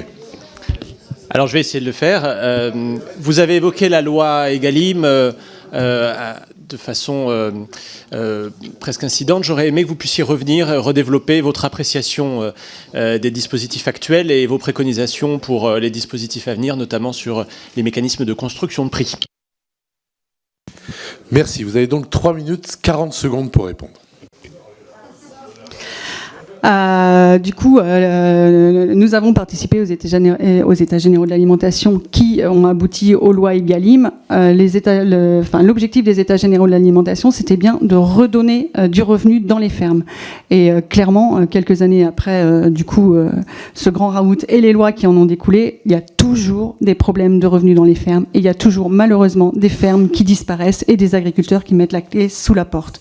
Donc, du coup, jusque-là, les lois Egalim n'ont pas résolu ce problème de ne permettre, en tout cas d'interdire à la production, aux producteurs de vendre à perte. On est le seul secteur d'activité en France où on a le droit de vendre à perte. C'est vraiment insoutenable. Il faut qu'aujourd'hui les lois nous interdisent que le secteur agricole, les producteurs puissent vendre à perte. Et depuis le début, nous on demande à ce que d'abord la base des négociations, ça soit que tous nos coûts de production soient couverts et que notre rémunération, que du coup les prix auxquels on vend notre production couvrent à la fois nos coûts de production, notre revenu, notre protection sociale et du coup tout aussi le travail salarié qui est lié mais qui rentre dans les coûts de production. Donc c'est vraiment ça, les lois Egalim doivent partir de cette base. On ne peut pas nous pouvoir vendre en dessous de prix minimum garanti qui nous permettent de vivre de notre travail. On ne peut pas en fait sacrifier notre revenu pour du coup que l'aval puisse faire des profits qui soient conséquents. Et aujourd'hui, les rapports de force à l'intérieur des filières font qu'on n'arrive pas à faire passer ce message que la production agricole doit pouvoir vivre de son travail, que le cadre réglementaire nous interdise de vendre à perte et interdise donc du coup les achats à perte. Merci Madame la Secrétaire Générale. Est-ce que vous avez 4 minutes pour un débat ou est-ce que vous voulez poser une autre question, Monsieur Huart? Non, mais je vois qu'il y a une réaction de notre collègue Julien Dive. Il aura la parole tout à l'heure, il a demandé à poser une question tout à l'heure. Allez-y. Bon, on passe à l'orateur de groupe suivant. Pour le groupe GDR, Monsieur André Chassaigne. Oui, merci, Président. Moi, je voudrais revenir plus particulièrement sur le constat que l'on fait avec la crise sanitaire liée à la FCO. Plusieurs intervenants ont fait valoir qu'on avait un véritable problème de recherche concernant les produits pharmaceutiques à usage vétérinaire. C'est une véritable indigence qui explique en partie la gravité de la crise aujourd'hui. J'ajouterai un point qui a été oublié, je pense, sauf si j'ai mal entendu, par les autres intervenants, c'est que ça pose aussi la question de la production des produits pharmaceutiques et usage vétérinaire. On parle d'un pôle public de médicaments pour l'usage des individus, mais je pense qu'on pourrait parler aussi d'un pôle public de production des produits pharmaceutiques et usage vétérinaire. Il y a un véritable problème par rapport à ça. Donc je vais vous interroger sur cette proposition. Et la deuxième interrogation, c'est sur l'insuffisance du soutien public. Et beaucoup ont parlé, même d'anciens députés européens d'ailleurs, qui sautent comme un cabri en parlant de réserve de crise, d'aide exceptionnelle. Mais je crois que ça, c'est du court terme. Moi, je travaille depuis des années avec une proposition de loi que j'avais déposée sur le fait de construire un vrai système public de prévention et de gestion des risques. Un système qui soit adossé à un régime public couvrant toutes les productions agricoles et toutes les exploitations, avec une dimension prévention et ensuite, bien sûr, accompagnement en termes de crise. Qu'est-ce que vous pensez de cette proposition-là? Certains États européens le font, l'Espagne, je crois. En France, on est allé vers le privé. Et ça ne donne pas les résultats attendus. C'est à court terme. Et je voulais vous interroger sur cette question. Merci, chers collègues, mesdames. Effectivement, vous rejoignez ce que nous avons dit tout à l'heure. Nous sommes pour une gestion publique aussi de cet approvisionnement, de cette recherche de toute cette anticipation des crises, et qu'elle soit par la production de médicaments ou pas. Effectivement, on voit bien qu'on a une dépendance, que les laboratoires vont aussi sur des marchés qui les intéressent pour les recherches. Il vaut mieux chercher un vaccin sur l'élevage bovin que sur l'élevage caprin, vu le faible nombre d'animaux et la faible capacité d'un éleveur caprin à payer un vaccin. Vous imaginez, par rapport à la bête, si vous demandez un vaccin à 10 € sur un éleveur caprin ou sur un éleveur bovin, l'investissement, le coût de production n'est pas le même de l'application de ce vaccin. Donc c'est évident qu'on a besoin aussi d'une mutualisation de ce travail de recherche, de ces investissements nécessaires pour avoir dans les temps les vaccins, puisque là, il y a vraiment carence, on l'a vu. L'État a commandé d'un côté et d'autres privés ont commandé. On a des coopératives qui ont commandé de leur côté, des grosses structures, qui ont vacciné de leur côté, qui ont pu avoir du vaccin sur la base privée, parce que la commande publique ne satisfaisait pas. Donc vous voyez, on met en concurrence là aussi les éleveurs, celui qui a accès, celui qui n'a pas accès. Donc pour nous, il doit y avoir effectivement une égalité de traitement, et on est pour ce travail de recherche, mais là, ça veut dire aussi un service public de la prévention sanitaire, mais grandiose, pas avec 1 200 000 €. C'est juste insuffisant. Et quelle mission on leur donne et qui participe à la construction de cette mission, parce qu'il y a aussi des alternatives à la vaccination, à certains moyens techniques. La Confédération paysanne travaille beaucoup, mais notamment sur... on a parlé d'agriculture paysanne et d'agriculture biologique. On a aussi des solutions sans forcément agir avec certains produits, molécules de synthèse. On a d'autres solutions. Il faut développer cette recherche. On a des organismes de recherche comme le CIRAD qui travaillent beaucoup à l'étranger, paradoxalement sur la veille sanitaire, sur la grippe aviaire, l'influenza aviaire en Asie, et on n'a même pas la même recherche sur notre territoire. C'est assez étonnant, et on pourrait aussi bénéficier de leur travail de recherche. Ce sont des structures d'État qui ont des vrais projets de long terme. Merci, Madame la Secrétaire générale. Nationale, pardon. Donc nous allons passer aux questions individuelles. Je vous rappelle, 1 minute pour la question. Il y en a 8. J'ai 8 inscrits à ce stade.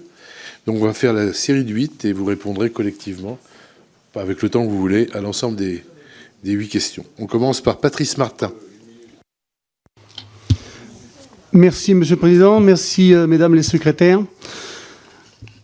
Comme vous le savez, ces dernières années, les agriculteurs, en particulier ceux des petites et moyennes exploitations, subissent une concurrence accrue due à l'importation des produits dans le cadre des divers accords de libre-échange tels que le CETA ou l'accord avec la Nouvelle-Zélande. Mais ce qui nous inquiète profondément, la profession aujourd'hui, c'est la perspective d'un accord avec du Mercosur qui s'il devait être conclu sans le plein consentement de la France, risquerait d'aggraver encore la pression sur notre agriculture.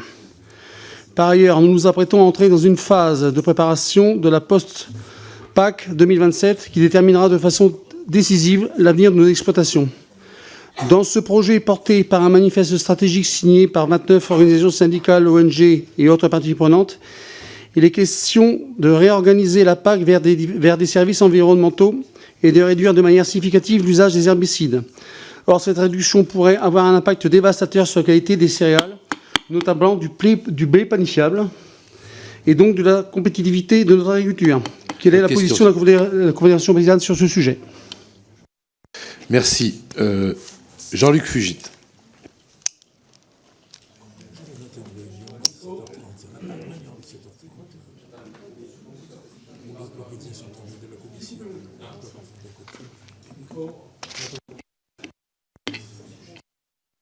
Ah, c'est bon, il fonctionne. Merci, Monsieur le Président. Alors, je ne vais pas revenir sur les questions de crise sanitaire, d'autant que je vous ai auditionné la semaine dernière dans le cadre de mon rapport pour avis sur la question budgétaire. Simplement, il y a trois petits sujets sur lesquels je voudrais revenir. Sur la question de l'énergie, je voudrais avoir des précisions sur votre vision donc, de l'agrivoltaïsme et de la méthanisation. Vous l'avez évoqué de manière très, très furtive. Et moi, je pense que ce sont des techniques de production d'énergie qui permettent aussi de rendre des services à l'agriculture. Et donc, j'aimerais avoir votre vision pour, me semble-t-il, qu'on puisse clarifier devant notre commission comment vous voyez les choses. Un point aussi rapide, j'aimerais connaître votre positionnement par rapport à la technique de l'agriculture de conservation des sols, qui me semble, elle aussi, être particulièrement vertueuse, et notamment pour limiter les usages d'énergie fossile avec nos tracteurs. puisqu'on réduit quand même fortement le travail. Et enfin, sur le plan ambition bio, tout à l'heure vous avez évoqué le bio, mais il y a un plan ambition bio qui a été lancé en avril dernier. Est-ce qu'il passe à côté de sa cible ?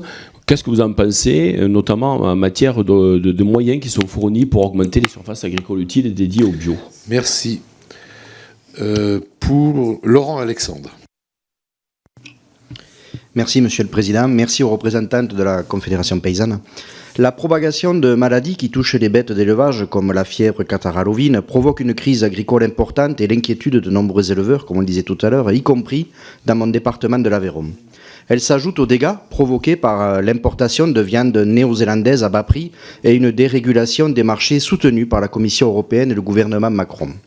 Ce dogme du libre-échange favorise également la diffusion des foyers infectieux. Nous sommes nombreux à considérer la réponse de l'État comme insuffisante. Parmi les propositions des députés LFI et NFP, il y a entre autres permettre l'accès et la prise en charge à 100% des vaccins et accélérer la recherche sur les maladies virales. Ma question sera donc double. Considérez-vous que la réponse de l'État est adaptée et à la mesure de l'urgence ? Et quelles nouvelles mesures vous paraissent prioritaires pour conjurer cette crise ? Je vous remercie. Je vous remercie. Mélanie Thomas. Merci, Monsieur le Président. Mesdames les secrétaires générales, quand nous vivons des calamités climatiques, une crise sanitaire dans les élevages, nous le savons, ce sont les agriculteurs en première ligne qui en pâtissent parce qu'ils perdent leurs revenus ou parce qu'ils sont fragilisés dans leurs revenus de par la perte d'exploitation. Depuis le projet de loi pour le plein emploi, ces agriculteurs qui travaillent dur sont pourtant inscrits automatiquement comme demandeurs d'emploi auprès de France Travail, ce qui revient à nier leur activité. Ces heures d'activité exigées par France Travail, 15 heures, sont incompatibles avec leur travail agricole. Les exemples dans le Finistère sont récurrents et concrets, en particulier post-tempête Ciarán, où de nombreux agriculteurs, alors qu'ils sont installés, vont pointer à France Travail sous la contrainte. Je voulais connaître votre regard sur cette aberration administrative. Je vous remercie. Je vous remercie. Monsieur Julien Dive. Merci, Monsieur le Président. En fait, Madame la Secrétaire Générale, je réagis parce que vous avez confondu deux choses. Le seuil de revente à perte, le SRP, et le prix minimum garanti, ce qui n'est absolument pas la même chose. Et je ne peux pas laisser considérer que le législateur laisserait volontairement la possibilité en agriculture de vendre à perte, en tout cas de vendre sous ce seuil de revente à perte, puisqu'il y a des filières qui l'ont demandé en réalité. Il y a des filières, et vous le savez, pour des raisons de saisonnalité ou de péremption des produits, qui ont demandé à pouvoir laisser pour elles la possibilité de vendre à perte, ce qui n'est pas le cas pour toutes, puisque le législateur s'est emparé de la question dans différentes lois EGalim au travers de la préservation de la matière première agricole et du prix de cette matière première agricole, ce qui m'amène à vous poser une question et votre avis sur les négociations commerciales et la question du SRP plus 10, du fameux seuil de revente à perte plus 10, qui avait été prorogé par les députés, par les parlementaires, et qui arrive à terme en printemps 2025. Merci, cher collègue. Monsieur Boris Tavernier. Oui, je voudrais profiter de cette audition pour revenir sur la SSA, la sécurité sociale de l'alimentation, évoquée par mon voisin Richard Ramos. La SSA est une proposition défendue par des citoyens, des chercheurs et diverses organisations agricoles comme les CIVAM et votre syndicat, la Confédération paysanne. La SSA vise l'extension du régime de sécurité sociale à l'alimentation. À l'image de ce qui existe en matière de santé avec la carte vitale, la SSA pourrait prendre la forme d'une carte distribuée à tous les citoyens et sur laquelle serait créditée chaque mois une somme, par exemple 150 €, permettant de réaliser des achats alimentaires dans les lieux de distribution conventionnés. La SSA permettrait donc de sanctuariser un budget alimentaire incompressible, perspective intéressante dans la mesure où l'alimentation sert souvent de variable d'ajustement. Ainsi, vous l'avez dit tout à l'heure, la sécurité sociale de l'alimentation répond pour les citoyens à des attentes sociétales fortes en matière d'accès à l'alimentation, mais qu'en est-il pour la profession agricole ? En quoi la proposition de sécurité sociale de l'alimentation pourrait répondre aux attentes des agriculteurs et agricultrices de ce pays ? Je vous remercie. Je vous remercie. Madame Mathilde Igné. Merci Monsieur le Président. Bonjour Mesdames. Je voudrais vous interroger sur le dysfonctionnement concernant l'attribution des terres agricoles. On constate qu'il y a des porteurs de projets qui souhaitent s'installer et qui sont mis en concurrence avec des agriculteurs qui, eux, souhaitent agrandir leur ferme. Et de fait, parce que parfois ils ont aussi plus de moyens.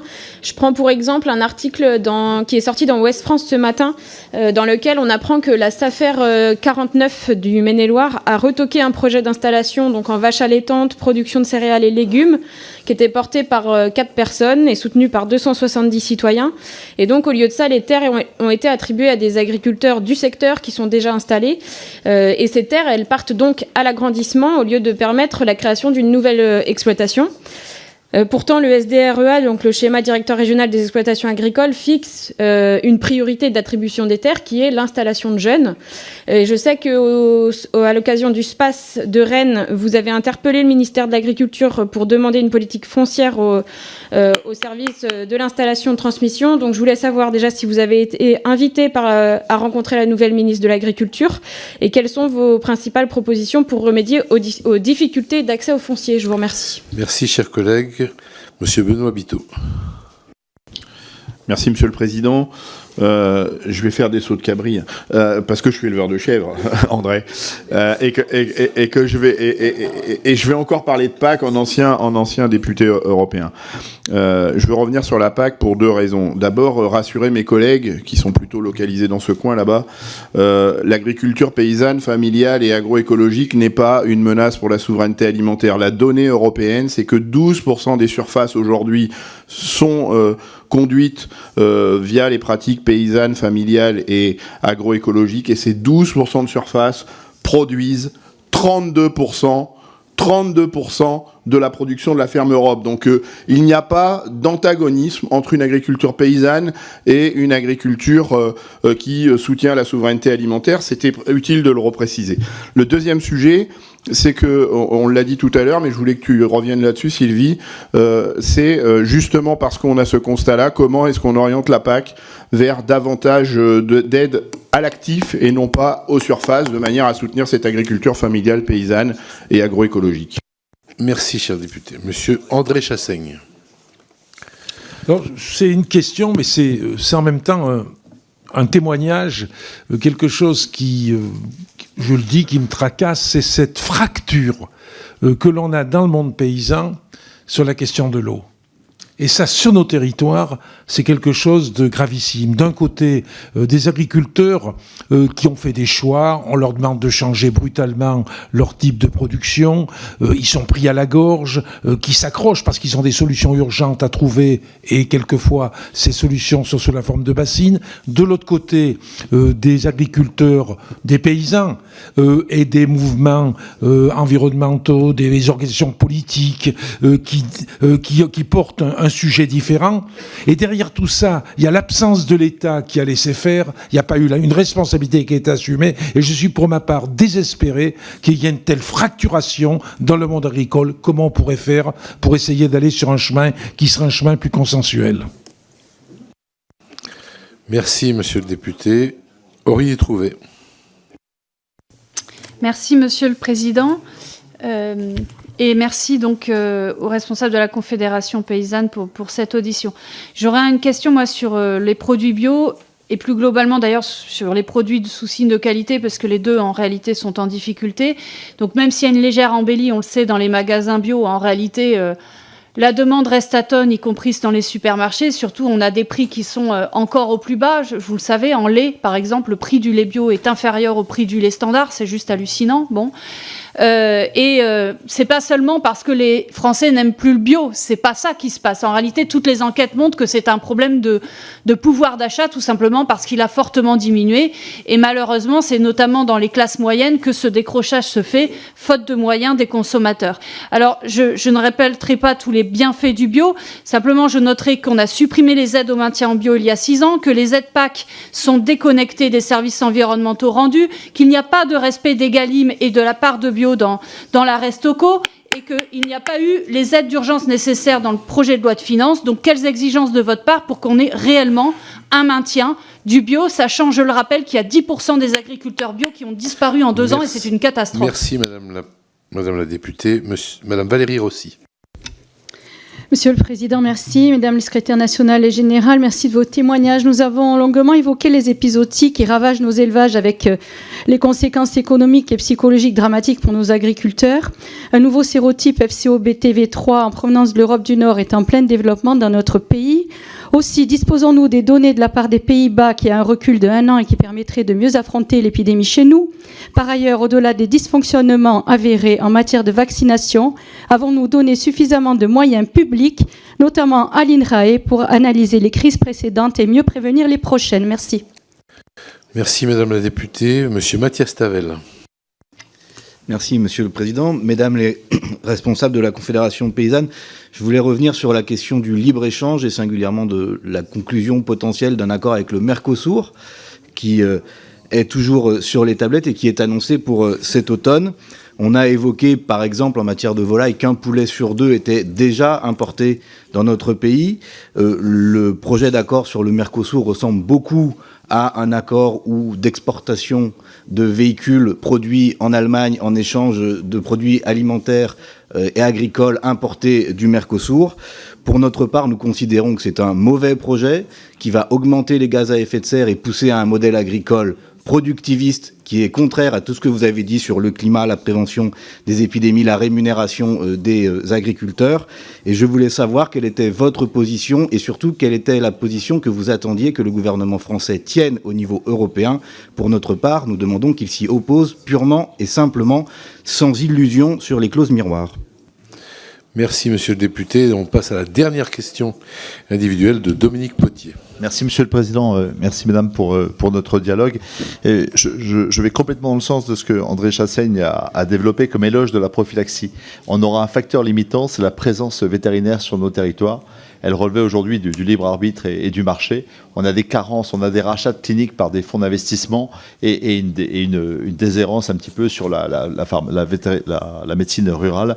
Et c'est un vrai sujet demain pour une politique de prophylaxie. On a fait face à d'autres épizooties par le passé, on les a dominés, mais avec une armature qui n'est plus présente aujourd'hui. Donc c'est un vrai sujet public dont notre commission devrait se saisir. Ma question pratique à la Confédération paysanne, elle porte sur le bon calendrier pour une loi foncière. C'est la politique mère pour l'agroécologie et pour le renouvellement des générations, nous le partageons. Est-ce que c'est dans la LOA version 2 ? Est-ce que c'est dans une loi dédiée ? Quelle est la stratégie syndicale qui est la vôtre en la matière ? Merci. Merci Monsieur le député. Donc je vous donne la parole pour les réponses à ces 13 questions individuelles. On va faire des tirs groupés, je crois, pour les réponses. Il y a eu plusieurs questions sur les accords de libre-échange. Donc, la position de la Confédération paysanne est claire. Du coup, on ne pourra pas avoir de la souveraineté ici et de la souveraineté ailleurs tant que l'agriculture servira de monnaie dans les accords de libre-échange. Donc, nous sommes opposés aux accords de libre-échange qui menacent les agriculteurs chez nous, les agriculteurs ailleurs. Les clauses miroirs ne permettent pas de protéger vraiment notre agriculture. Du coup, effectivement, on va peut-être pouvoir se protéger de concurrence déloyale sur l'utilisation de certains pesticides, par exemple. Mais par contre, ça n'a aucun effet sur le coût du travail. Ça n'a aucun effet sur les différences de potentiel de production d'une région à l'autre, qui donc sont des facteurs de concurrence entre nous. Donc, voilà, opposés aux accords de libre-échange, et on demande à notre gouvernement de protéger l'agriculture en refusant de signer des accords de libre-échange. Par rapport à tout ce qui concerne le bio, la question de transition agroécologique, là aussi j'essaye de regrouper un petit peu. Il est évident qu'il faut revoir la PAC. La PAC, c'est d'abord, on l'a bien vu, la concentration des fermes. Plus vous avez d'hectares, plus vous touchez de primes. Donc à un moment, on a vu la limite du système. On va perdre plus de 100 000 agriculteurs d'ici 2035. On va être quelque chose comme 250 000 agriculteurs en 2035. Je ne sais pas si vous voyez l'érosion. C'est ma tranche d'âge qui part à la retraite. Ma tranche d'âge, c'est celles qui sont éleveurs, c'est celles qui sont maraîchers, c'est celles qui sont souvent sur des agricultures diversifiées. Je peux vous dire, les étables vont se vider, les bâtiments d'élevage vont se vider, parce qu'effectivement, et ça a été dit par rapport au travail que ne fait pas toujours la SAFER, on voit encore des situations aberrantes où on a privilégié un agrandissement à une installation parce qu'on ne fait pas confiance à la nouvelle génération d'agriculteurs qui portent un autre projet, qui travaillent en collectif parce qu'ils ont trouvé la solution. On ne travaille plus en famille maintenant, on travaille en collectif. Il faut que l'agriculteur ne soit pas isolé. Il n'y a que de cette façon qui s'en sortira. Donc là aussi, il faut penser que sociétalement, les aspirations des nouvelles générations en agriculture n'ont pas du tout la même vision de ce que nous, enfin moi personnellement, j'ai vécu en faisant 40 ans d'agriculture, corvéable à merci, le soin aux animaux, pas de vacances, même pas des congés maternité.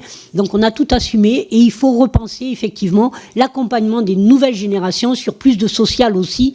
Ils doivent bénéficier de temps de repos, ils doivent bénéficier d'arrêt maladie, d'accidents du travail rémunérés, parce que tout ça, ce sont des freins à l'installation, on n'en a pas trop parlé, mais la question sociale est essentielle, et notamment aussi sur la question de revalorisation des retraites. Pour ce qui est effectivement du bio, du marché, non, le bio c'est pas un marché de niche, le bio c'est aussi l'avenir par l'accompagnement de la transition écologique, de la préservation des sols et de ressources, parce qu'effectivement, bien sûr que globalement on produit moins en quantité, mais en même temps on n'apporte pas tous les effets. On a parlé de la question de l'eau, la répartition de l'eau, plus vous allez développer des cultures dédiées maintenant aux méthaniseurs. Il faut savoir qu'on met du maïs dans les méthaniseurs. Rien que dans le Gers, on a 40 projets de méthaniseurs. On se demande où on va les faire. Et on n'a plus d'éleveurs. On n'a plus que 50 éleveurs laitiers dans le Gers. Donc, c'est pas les effluents d'élevage. On n'a pas de porcherie industrielle dans le Gers. C'est pas les effluents d'élevage qui vont alimenter les méthaniseurs. Donc là, on met bien en concurrence la vocation énergétique de la vocation agricole. Et sur la question du foncier, ça se retrouve aussi.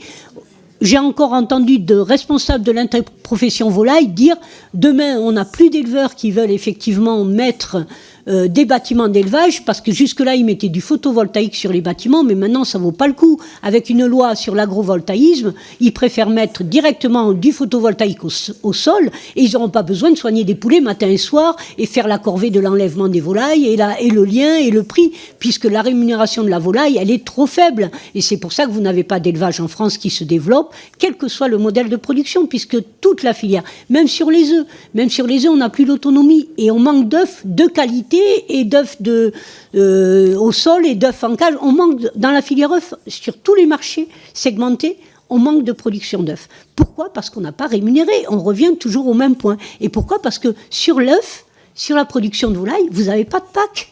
Il n'y a pas de PAC. Moi, j'ai été 30 ans agricultrice sans terre, hein, quasiment. Je faisais du maraîchage et de la volaille. Je n'avais pas une prime PAC. Ma déclaration, c'était 0. Le jour où mon père me lâche un fermage, d'un seul coup, je me retrouve avec 25 000 euros. Puis j'ai une aide au maintien bio où je prends 15 000 euros. Puis on me l'enlève quelques années après. Et voilà, nous, on ne peut pas faire le yo-yo comme ça. L'agriculture, il a besoin d'un projet à long terme. Et ce projet, il part par sauver la ressource, l'eau, le sol vivant, mais bien sûr sol vivant. Pourquoi les rendements baissent actuellement ? Parce qu'on a un problème de sols qui sont devenus totalement improductifs. Et c'est pas en faisant le sol comme un support qu'on va trouver des solutions. Tout nous rattrape. Donc il y a urgence. C'est pour ça qu'on dit que là, la PAC, il faut continuer à négocier, continuer à faire évoluer, et surtout par le maintien de beaucoup de paysans. Penser qu'on serait 250 000 en 2030, c'est penser que l'Isère, les zones de pastoralisme, les zones de montagne, qui n'ont plus l'activité neige, mais on a tout un pan de la France qui va être une friche. Ni plus ni moins, parce qu'on ne fera pas non plus dans les coteaux du Gers du photovoltaïque sur des pentes, c'est bien mieux sur du plat. Donc voilà une réflexion qui doit être bien globale et qui fait qu'effectivement, pour rejoindre ce qu'a dit M. Chassaigne, effectivement, on doit pouvoir discuter. Mais ce n'est pas quand il y a la pelleteuse dans le champ, parce qu'il y a quand même des associations qui ont discuté. Je pense à l'autoroute, ce qui se passe. On voit quand même des projets qui sont contre nature, c'est une évidence, et qui n'ont plus d'intérêt même économique, et qui ne vivent que d'argent public, parce que beaucoup de projets, on le voit dans la méthanisation, si on coupe l'argent public, et là, vous devez être attentif, cet argent public, il ne doit pas être dévoyé. Et sur la PAC, je vous ai cité la coriandre, il a été dévoyé 50 millions d'euros sur la seule région Occitanie, sur une culture de non-production. Non-production, on finance de la non-production quand des éleveurs vont crever. Voilà des choses qu'il faut repenser aussi. Donc là, il y a une approche qui est vraiment globale où effectivement, on pourrait penser à une unité nationale sur un vrai projet. Mais nous, les paysans, on a besoin d'un projet. À un moment, on nous dit agriculture industrielle, on nous a opposé à l'agriculture paysanne, mais l'agriculture industrielle, elle est au bout du rouleau. Elle n'installe plus, on l'a vu. Notre agriculture paysanne, elle installe. Nous faisons 30% des installations dans le Gers sur des projets agroécologiques.